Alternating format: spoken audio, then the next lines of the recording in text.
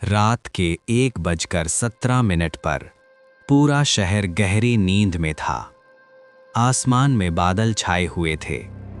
चांद कभी बादलों के पीछे छिपता, कभी हल्की रोशनी कमरे में फैल जाती। बाहर हल्की बारिश हो रही थी। बारिश की बूंदें खिड़की पर गिरकर धीमी आवाज कर रही थीं।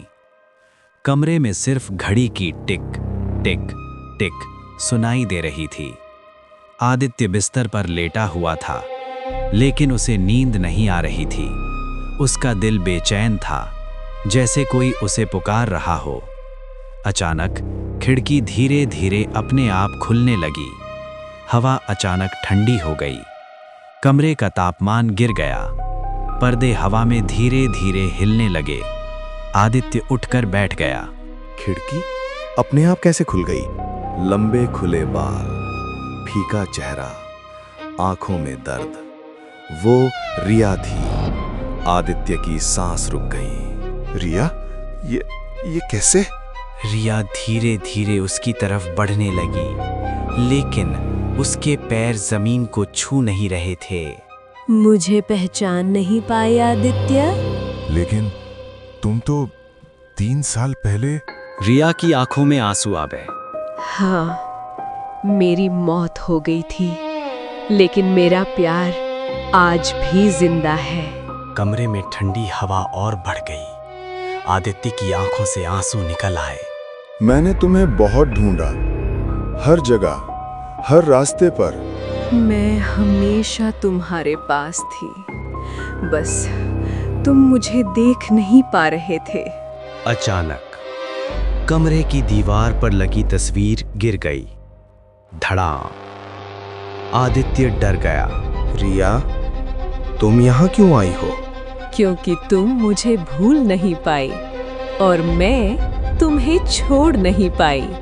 रिया धीरे धीरे उसके पास आ रही। क्या तुम अभी भी मुझसे प्यार करते हो? मैंने कभी प्यार करना छोड़ा ही नहीं।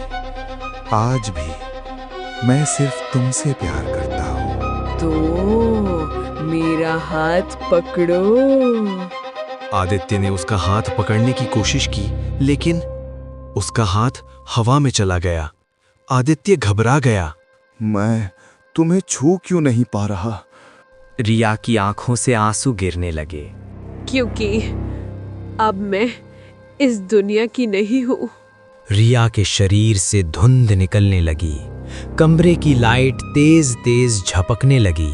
रिया, क्या हो रहा है? मेरा समय खत्म हो रहा है। मुझे वापस जाना होगा। नहीं, मत जाओ। मैं फिर अकेला हो जाऊंगा। अगर प्यार सच्चा है तो मैं हमेशा तुम्हारे साथ रहूंगी। धीरे धीरे रिया धुंध में बदल गई और गायब हो गई। कमरा फिर शांत हो गया। घड़ी की आवाज फिर सुनाई देने लगी। अगली सुबह आदित्य की आंख खुली। उसने देखा उसके तकिए पर आंसुओं का गीला निशान था। आदित्य हैरान हो गया। रिया, क्या तुम सच में आई थी? तभी अचानक उसे महसूस हुआ कोई उसके पास बैठा है। कोई उसके बालों को धीरे धीरे सहला रहा है और एक धीमी फुसफुसाहट। मैं यही हूँ आदित्य।